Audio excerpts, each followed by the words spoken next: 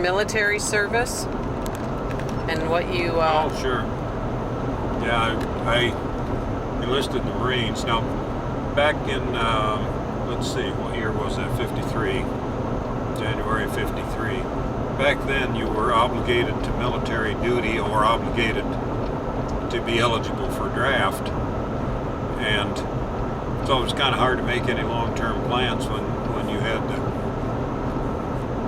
the possibility of draft hanging over your head. So I decided I may as well just go ahead and get it over with.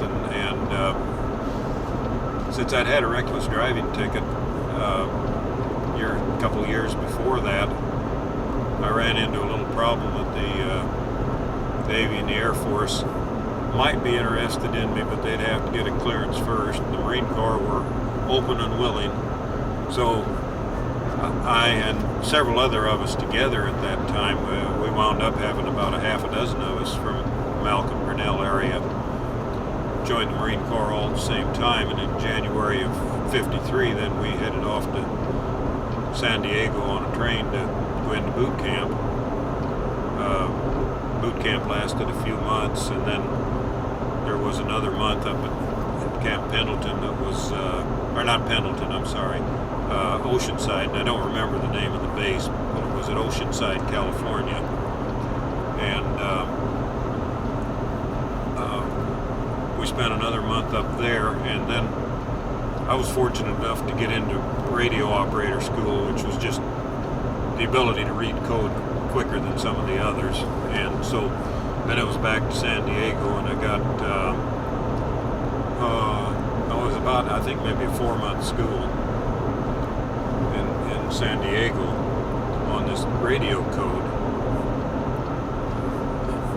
Then after I got done with that, we had the opportunity to choose in order of class standing who was the highest scoring in a class in that radio code. And I was fortunate enough to be in the, I don't know, top 3rd or 4th position, somewhere in there. Well, the first spot, the guy who picked that one was a native Californian. I think it was even his hometown, but he went to the Marine Air Base at Santa Ana.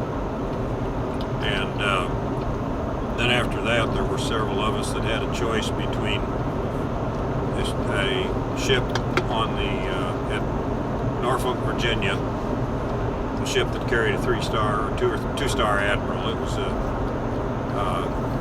fleet commander for the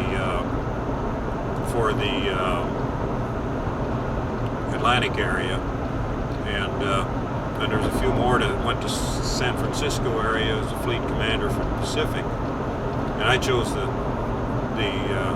one in Virginia. So I bought a car, and then 3-4 of us guys traveled together from California to Iowa in my car. They each gave me $20, and I think I bought the car for $50. We drove it to Iowa, and they caught buses or trains to get on home then. And got to break that. Right here's where that tunnel comes out. Are we on again? Yeah, we're on again. Well, anyway, so we got this car back to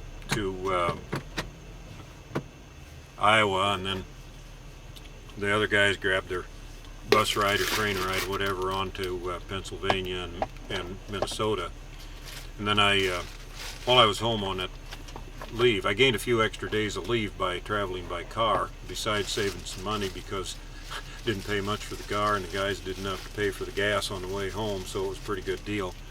And then while I was home, I overhauled the car. I was burning some oil, so I overhauled it and put new rings in it, and then I drove it on down to Virginia when I got on the boat, and I had it down there, I don't know how long, but eventually I guess I junked it or sold it.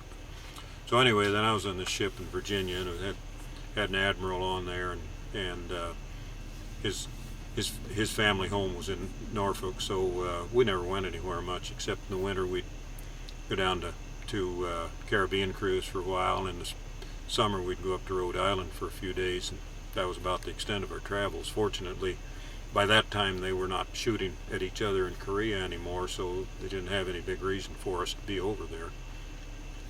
Well, that's about it. All right. Not bad duty, huh? Well, beat going to Korea and getting shot at. Although they quit